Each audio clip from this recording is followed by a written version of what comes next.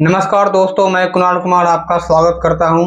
आज का टॉपिक है एलपीजी का लोग उपक्रम पर प्रभाव। ऑपरेशनल लेवल संचार स्तर।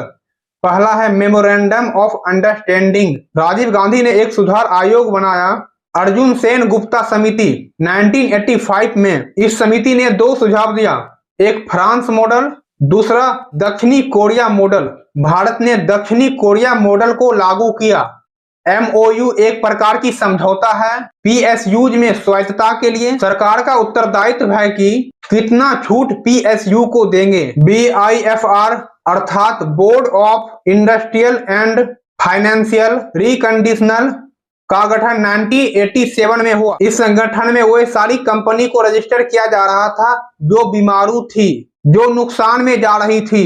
202 में इसको भंग करके NCLT का गठन किया, अर्थात पहला है मिनी रत्ना, सेकेंड ऐसे कंपनी या ऐसे लोग उपक्रम जिसने पिछले 3 साल से लगातार लाभ करके दिया है। ऐसे कंपनी को 300 करोड़ या इसके नेटवर्क का 50% खर्च करने की आजादी होती है।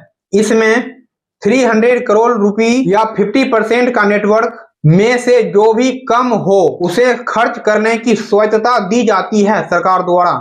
दूसरा मिनी रत्ना फर्स्ट, ऐसे कंपनी जो लगातार 3 साल से लाभ प्रदान कर रही है और 30 करोड़ नेट प्रॉफिट होता हो। ऐसे कंपनी को 50% या 100% नेटवर्क में से जो भी उसे सरकार के अनुमति के बिना खर्च कर सकते हैं। तीसरा नवरत्न। नवरत्न शब्द को विक्रमादित्य या अकबर के दरबार से प्रेरित होकर लाभ कमाने वाली कंपनी के रूप में लिया गया है, जिसमें लोग उपक्रम के विभाग के द्वारा जिस कंपनी को 100 अंक में से 60 अंक दिया जाता है उसे नवरत्न कहते हैं।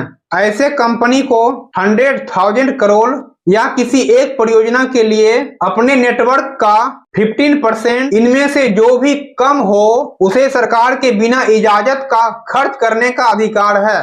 चौथा और इम्पोर्टेंट, महारत्न कंपनी 209 के वित्तीय वर्ष से मनमोहन सरकार के पहल पर सबसे बेहतर लोग उपक्रमों को पहचानने के लिए महारत्न के नीति का संचालन किया। इसमें जैसे PSUs अर्थात लोग उपक्रम को महारत्न घोषित किया जाना है, इसे प्रमुख अधिकारियों का समूह तय करता है। पहला व्यय मामले का सचिव, निवेश मामले का सचिव या संबंधित विभाग का सचिव, लोग उपक्रम का सचिव, योजना आयोग या नीति आयोग का CEO। इस 4 अधिकारियों के द्वारा सहमति देने पर ऐसे PSUs को एक अपेक्स कमेटी के पास भेजा जाता है, जिसके अध्यक्ष या चेयरपर्सन भारत सरकार का कैबिनेट सचिव होता है और उपयुक्त 4 सचिव स्तर के अधिकारी इसके सदस्य होते हैं। जब अपेक्स कमेटी सुझाव दे देते हैं तो ऐसे संगठन महारत्न की दर्जा प्राप्त कर लेती है, किंतु महारत्न के दर्जा प्राप्त करने का कुछ शर्त हैं। पहला, वह कंपनी नवरत्न होना चाहिए। दूसरा, शेयर बाजार में पंजीकृत होना चाहिए। तीसरा, कंपनी की अपनी अंतर्राष्ट्रीय पहचान होनी चाहिए। चौथा, पिछले 3 साल का नेटवर्क 20,000 करोड़ होना चाहिए। पांचवा, पिछले 3 साल का नेट प्रॉफिट 2500 करोड़ होना चाहिए। छठा, पिछले 3 साल से लगातार 15,000 करोड़ की निजी संपत्ति अर्थात निवल परिसंपत्ति होना चाहिए। महारत्न कंपनी को अधिक स्वायत्तता दी गई है। महारत्न कंपनी 1,000 करोड़ से लेकर 5,000 करोड़ रुपया अंतर्राष्ट्रीय बाजार में सरकार के बिना पूछे खर्च करने की आजादी दी गई है। अतः कहने की आवश्यकता नहीं है कि ऐसे कंपनी को पूरी दुनिया में मान्यता प्राप्त हुई है। आज के जो लोग उपक्रम हैं वह समादेशी स्टेट पर पहुंच गई है। एक समय था कि जब भारत का लोग उपक्रम गरीबी की मार झेल रहा था। आज 5,000 करोड़ रुपया अंतर्राष्ट्रीय बाजार में खर्च करते हैं।